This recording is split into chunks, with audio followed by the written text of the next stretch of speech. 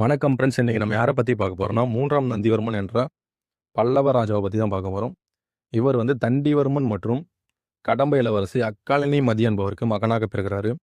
இவர் திக்காம்பரா என்ற சமண துறவியை குருவாக ஏற்றுக்கொண்டதன் காரணமாக சமண மதத்தை பின்தொடர்ந்தார். அது மட்டும் இல்லாது 830 சமயங்களில் இவர் ராஷ்டிரகூடர்கள் மற்றும் கங்கர்களுடன் கூட்டணி அமைத்து பாண்டியர்களை வந்தவாசி அடுத்து இருக்கிற தெல்லார் என்ற பகுதியில் தோற்கடித்து வைகை வர இவருடைய ஆட்சியை கைப்பற்றினார்.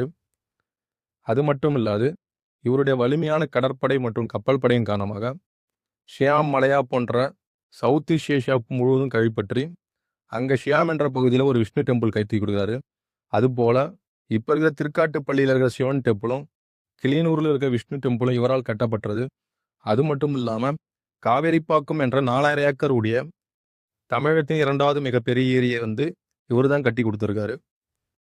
இவருடைய காலகட்டத்தில் தான் அதிக அளவு சிவன் டெம்பிளும் விஷ்ணு டெம்பிளும் கட்டப்பட்டது. அது மட்டும் இல்லாது ஏரியல் குளங்கள் வெட்டப்பட்டது, நீர்ப்பாசன வசதி உயர்த்தப்பட்டது மற்றும் பல்வேறு வகையான வடமொழி நூல்கள் தமிழ் மொழியில் மொழிபெயர்க்கப்பட்டது.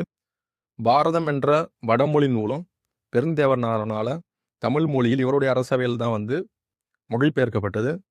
அது மட்டும் இல்லாமல் இவர் பல்வேறு வகையான நலத்திட்டங்களை தன்னுடைய ஆட்சியின் கீழ் கொண்டு வந்திருக்காரு. இவருடைய பெருமை பற்றி கூறும் நூல் தான் நந்தி கலம்பகம் என்ற நூல். இவர் இதில்லாத பல்வேறு வகையான போர் ஒப்பந்தங்களையும் செஞ்சுக்கிறாரு. அதில் முக்கியமானதுன்னு பார்த்தா ராஷ்டிரகூடர்களின் இளவரசியாகிய ஷாங்கான்பூரை திருமணம் செஞ்சுக்கிறாரு. அவங்களுக்கு பிறக்கிற மகன் தான் நிர்பந்துங்கவர்மன். அது போல பழுவேட்டையாரின் இளவரசியாகிய கந்தன் மாறம் பாவையார் என்பவரை திருமணம் செஞ்சுக்கிறாரு. அவருக்கு பிறக்கிற மகன் தான் கடம்பவர்மன்.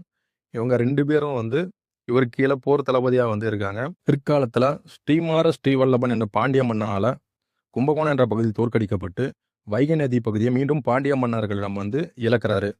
இவர் இறக்கும் தருவாயில் தன்னுடைய ஆட்சி பகுதியை 2ஆக பிரித்து தெற்கு பகுதியை நுபுதுங்கவர்மனுக்கும் வடக்கு பகுதியை கடம்பவர்மன் என்பவருக்கு பிரித்து கொடுத்துட்டு இவர் இறந்து போகிறாரு.